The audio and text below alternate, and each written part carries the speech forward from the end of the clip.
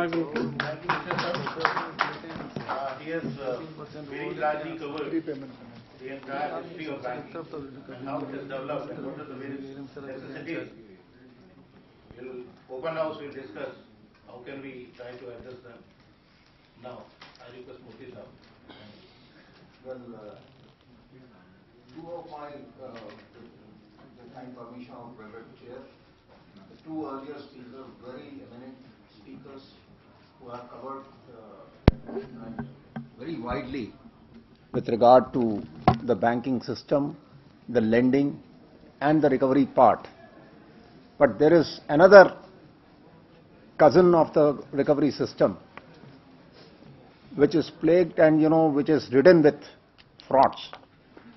And I don't have to say in so many words that frauds are ever increasing, and rather there is a competition to get into frauds between private sector and public sector, if I may say so. Now, when statutory auditors, my topic here is the role of legal audit in safeguarding against the hazards of frauds in banking industry. Now, by audit we normally mean that there is a financial audit, that an accountant or a chartered accountant, whether it is a statutory auditor or appointed by the bank, he plays a role and he audits, and once he certifies, it goes into the balance sheet and the mechanism goes on. Now, I am on a point, when auditors are coerced, they are not having independence for vested reasons. And that is what has exactly taken place in Satyam Computers scam. There, a very well-known, auditing firm, Pricewaterhouse, was involved. And later on, even after the whole thing is, there has to be a protective mechanism right at the very inception. Unless and until there is a protective mechanism. When I share the views of Dr. Ritu Gupta, very rich views. I was the designated law officer for DRT at Bangalore.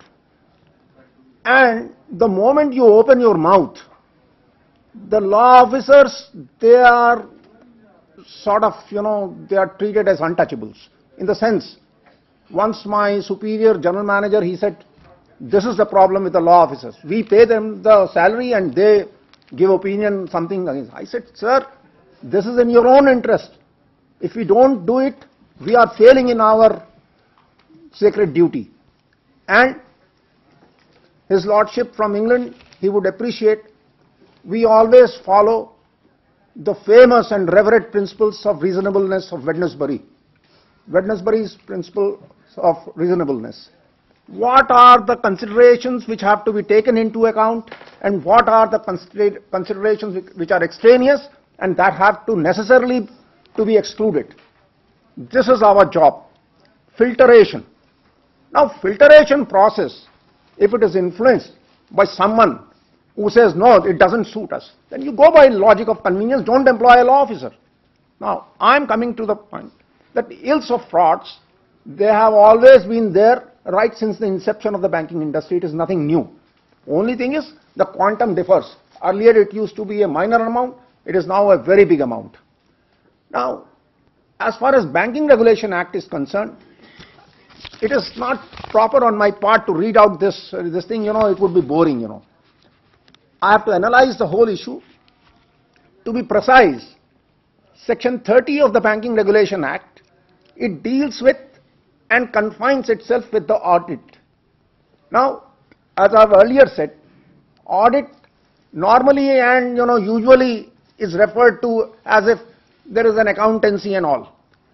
What I have construed is the legal audit. Some banks have, my bank with which I was associated, it has issued this thing. Yet, if you don't route your papers through the non-professionals who are not legal professionals, it is insubordination. Thank God. Anyway, so with that, once you say that this is a thing which has to be done in a particular manner. And there has to be a secrecy and confidentiality.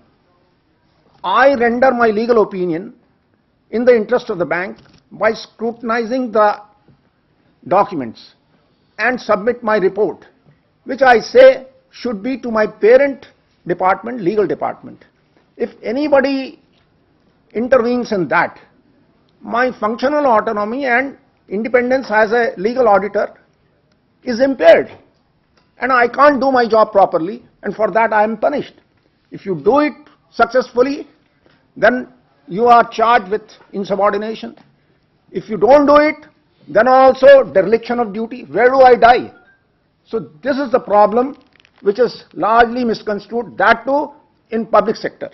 I am not talking of private sector, because private sector banks, barring State Bank of India, I salute State Bank of India, they are very professional. Some of my friends are in legal department, they tell me the kind of the infrastructure and all. And that is besides the point. I am not here, it is not a forum for me to criticize a particular bank. But once the loan audit, it comes, the auditor has to examine the documents in various legal manifestations. It is not a rigid law. I cannot tell you what are the aspects which I have to consider. Leave it to me. Yes, if my report is not up to the mark, it is for my parent department to say whether it has to be approved or rejected, or it is to be re-examined afresh. But it is a time-bound program, because limitation again, sometimes before the complications, even though the baby is in the womb, the complications start. So here also, when we find that things are alarming, the alarm bells have to be, a signal of alarm has to be given by the law officer. Now that is not acceptable, and that is where these frauds which you see in the newspapers and all, they are almost like a competition of frauds. Now, may I just read it out, what I have written briefly? If any questions are there, you may ask me, I'll answer them. The very route to legally professionalized system of any lending bank credit is closely related to a mechanism of legal scrutiny which can be construed as audit in its multiple legal manifestations, which essentially and invariably calls for the sanctity of the professional autonomy as well as professional independence of the legal professional who is required to conduct the professional legal audit, irrespective and notwithstanding the fact that he or she is a subordinate functioning in the hierarchy of the concerned bank. The accountability and answerability of the legal professional involved in conducting the professional legal audit has necessarily to be restricted and confined to the legal department. That I have already said. The next one is, normally and usually by audit there is a conception reflection. Yes. Could request him to conclude it. Yes. There is no point in moving that. Yes, sir. Okay. Now. Yeah. Yes, yes. The gist has already been covered. I thought we were discussing about the banking laws and yes. insurance laws. I think if we discuss it like this, we'll be short of time. No. I've already most of the points I have already discussed. It's a personal experience. No. This is what personal experience. It is a fraud in the banking sector. No, but this is the topic. Yes. Mr. Murthy. Yes, sir. I think as far as what is legal audit, you have already spoken about. Okay. I conclude now, if that is the thing, instead of, reading out my, what all I have prepared, there is no point. The only thing is, let the auditor function in his required. It is not, just don't misunderstand me that it is a personal grievance. It is a thing which is there in the banking system, and that is, giving some sorts of this kind of serious ailments of frauds. So that has to be averted, and the scrutiny has to be done independently and as in a functional manner, in a professionalized manner. That's all. Thank you very much, Mr. Murthy. I just want to support, one view. What he wants to convey is that legal risk is a risk which has to be looked upon in the very beginning, if possible. Because if it happens, then after 10 years, when you are going to see the document for execution or that, only then you come to know about it. So legal risk is a very big risk, and this is to be mitigated as far as possible in the earliest possible way. And one more, I think yes, yes, exactly. Yes, and one more thing, for want of, under the Banking Regulation Act, again it is not personal, I have not written Banking Regulation Act. The Banking Regulation Act envisages any, irrespective, there the real democracy lies, that right from the top, Section 36, capital AA, they say that it says and it requires that if Reserve Bank of India, it can invoke the jurisdiction under 36 capital AA to shunt out those who have mismanaged the funds and who have not protected, including where the legal audit has been flawed. That's all. In fact, the topic was banking and insurance, but none of us have deliberated upon insurance side. Anybody would like to participate on insurance side? Yeah, with due permission on sale. Yeah, please. If we have anybody from the audience? Yeah, it will be better. No, because I was supposed to speak on banking, so because since I teach insurance also, so I'll just... Yeah, it will be better if... No, I'll just take one. For banking, Yeah, see, because we have another 15 minutes. they are it in a different way. Just put it in a 2-3 minutes time. Yeah, let us come up. Yeah, please, let us conclude banking, then we talk on insurance. Conclude banking. See, what we are saying, we are here all for the law. We call ourselves a jurist. First, we have to define why from the term banking is. It is defined under Section 5 of the Banking Regulation Act. What it means to receive deposit, give advance, and perform other ancillary. In Section 6 of the Banking Regulation Act, it is A to N, O, up to O, different ancillary functions which a banker can perform. That is bill, funding. Now, when the Section 5 of the Act says that banking means to receive deposit and give advance and perform other ancillary functions, there has to be some person to do it. There has to be some organization. That organization we call banking in local terms. Now, as far as Indian scenario is concerned, our banking we have categorized them in different ways. On one side, we have the nationalized banks. That is those banks who have been nationalized by then Prime Minister Indira Gandhi in 1970s and 1980s. 22%, 22% later on, RC 2% was also there.